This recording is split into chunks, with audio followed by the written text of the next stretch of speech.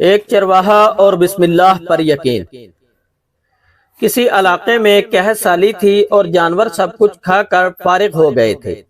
مزید کچھ کھانے کو رہا ہی نہ تھا۔ مویشی مالکان بے حد پریشان تھے۔ اس دوران ایک مسجد کے مولوی نے جمعے کے خطبے میں نہایت یقین کے ساتھ یہ بات بتائی کہ اللہ کا نام لے کر یعنی بسم اللہ پڑھ کر دریا کو حکم دیا جائے تو وہ بھی نافرمانی نہیں کرتا۔ یہ چرواہے کا شاید پہلا جمعہ تھا۔ یہ بات اس کے دل میں اتر گئی، یقین کا درجہ پا گئی۔ اس نے واپس آ کر اپنی بکریاں کھولی اور سیدھا دریا پر چلا گیا۔ اونچی آواز سے بسم اللہ الرحمن الرحیم پڑھا اور دریا کو کہا کہ وہ اپنی بکریاں چرانے جا رہا ہے، اپنے اوپر سے گزرنے دے۔ یہ کہہ کر اس نے اپنی بکریوں کو ہانکا اور دریا پر چلتا ہوا دریا پار کر گیا۔ علاقہ گھاس سے بھرا پڑا تھا، درختوں کے پتے بھی سلامت تھے، کیونکہ کسی کو یہاں تک آنے کی رسائی نہیں تھی۔ اب تو یہ اس کا معمول بن گیا کہ وہ بکریاں پار چھوڑ کر واپس آ جاتا اور شام کو جا کر بکریاں واپس لے آتا۔ اس کی بکریوں کا وزن دگنا چگنا ہو گیا۔ لوگ چونک گئے اور اس سے پوچھا کہ وہ اپنی بکریوں کو کیا کھلاتا ہے۔ وہ سیدھا سادہ اور صاف دل نوجوان تھا۔ اس نے صاف بات بتا دی کہ جناب ہم تو دریا پار کر کے اپنی بکریاں چرانے لے جاتے ہیں۔ وہاں سب نے سنی مگر کسی نے یقین نہیں کیا، کیونکہ یہ ناقابل یقین بات تھی۔ مگر بات ہوتے ہوتے مولوی صاحب کے پاس پہنچ گئی۔ مولوی صاحب نے اس چرواہے کو بلایا اور سارا ماجرا پوچھا۔ اس چرواہے نے مولوی صاحب کو ہی حوالہ بنا لیا کہ مولوی صاحب میں تو آپ کا شکریہ ادا کرنے والا تھا کہ آپ نے جمعے کے خطبے میں جو نسخہ بتایا تھا کہ بسم اللہ کہہ کر دریا کو بھی حکم دو تو وہ بھی انکار نہیں کرتا۔ مولوی صاحب حیرت سے اس کے چہرے کو دیکھتے رہے۔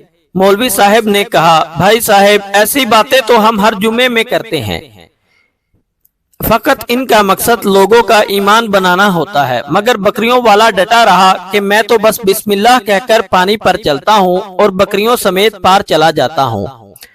آخر کار مولوی صاحب نے صبح خود یہ تجربہ کرنے کی ٹھانی۔ چرواہا بھی آ گیا۔ مجمع زیادہ تھا۔ مولوی صاحب نے ایک دو بار سوچا کہ انکار کر دوں، مگر وہ جو مولوی صاحب کو کندھے پر اٹھا کر لائے تھے اب بھی جوش و خروش سے اللہ اکبر کے نعرے لگا رہے تھے اور مولوی صاحب کے حق میں تعریفیں کر رہے تھے۔ آخر کار مولوی صاحب نے ایک رسا منگوایا، پہلے اسے کمر کے ساتھ باندھا، پھر ایک درخت کے ساتھ باندھا، پھر ڈرتے ڈرتے ڈھیلا ڈھالا بسم اللہ پڑھا اور دریا پر چلنا شروع ہو گئے۔ مگر پہلا پاؤں ہی رکھا تھا کہ دھڑام سے پانی میں گر گئے۔ مولوی صاحب ڈبکیاں کھانے لگے اور پانی کے بہاؤ میں بہنا شروع ہو گئے۔ لوگوں نے کھینچ کھینچ کر باہر نکالا۔ مولوی صاحب کی اس حرکت نے چرواہے کو پریشان کر دیا کہ مولوی صاحب کی بسم اللہ کو یہ کیا ہو گیا ہے، کیونکہ اس کا یہ روز کا معمول تھا۔ اس کے اپنے یقین میں کوئی فرق نہ آیا۔ اس نے بسم اللہ کہہ کر بکریوں کو پانی کی طرف اشارہ کیا اور خود ان کے پیچھے چلتا ہوا دریا پار کر کے واپس بھی آ گیا۔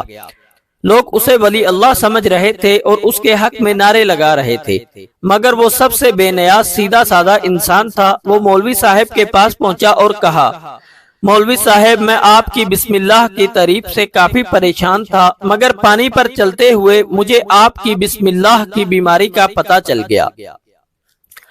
اس چرواہے نے درخت سے بندھی رسی کی طرف اشارہ کیا اور کہا مولوی صاحب یہ ہے آپ کی بسم اللہ کی بیماری۔ آپ کی بسم اللہ کی برکت کو یہ رسا کھا گیا۔ آپ کو اللہ اور بسم اللہ سے زیادہ اس رسے پر بھروسہ تھا، لہٰذا اللہ نے بھی آپ کو رسی کے حوالے کر دیا۔ مولوی صاحب آپ بھی کمال کرتے ہو، میں نے آپ کے منہ سے سنا اور یقین کر لیا، اور میرے اللہ نے میرے یقین کی لاج رکھ لی۔ مگر آپ نے اللہ کا کلام سنا مگر یقین نہیں کیا، لہٰذا آپ کو اللہ نے رسوا کر دیا۔ محترم عزیز دوستو، یہی کچھ ہمارا حال ہے۔ ہماری نمازوں اور دعاؤں کا حال بھی ہماری ہر ایک عبادت یقین سے خالی ہے۔ میرے محترم عزیز دوستو، ذرا سوچئے گا ضرور۔